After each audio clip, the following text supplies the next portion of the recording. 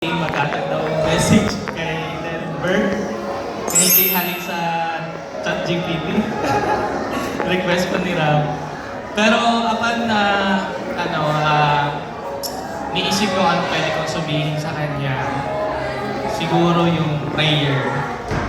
Prayer at saka pasasalamat sa Panginoon sa gift of life, it's a miracle na ngayon.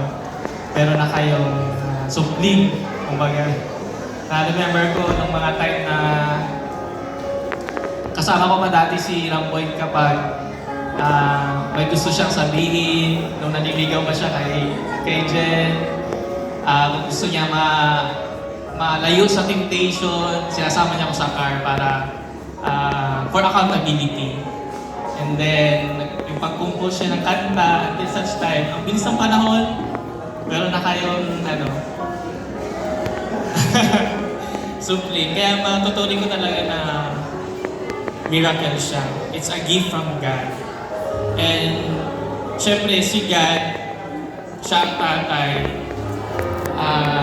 Kung sila ang parents ni Denver, they wish and hope and pray for the best para kay Denver.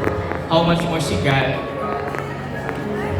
The perfect plan and abundant life na ino-hope and dinidesire ni God para kay Denver.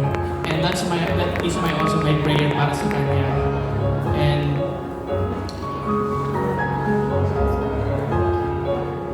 nag-pray ko na sana Lord bigyan mo ako ng faith, na maging faithful, to trust you na mapag-pray si Denver.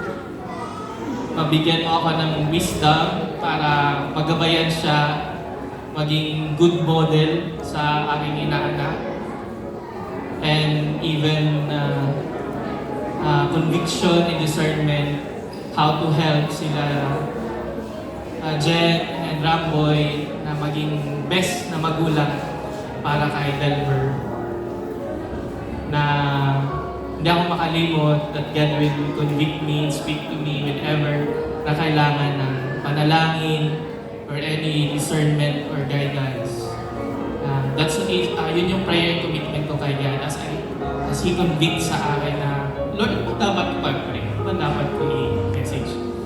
Kasi kung titignan natin, yun naman talaga ang binigay kung anong best para sa mga anak niya. And yun yung accountability ko as Nino.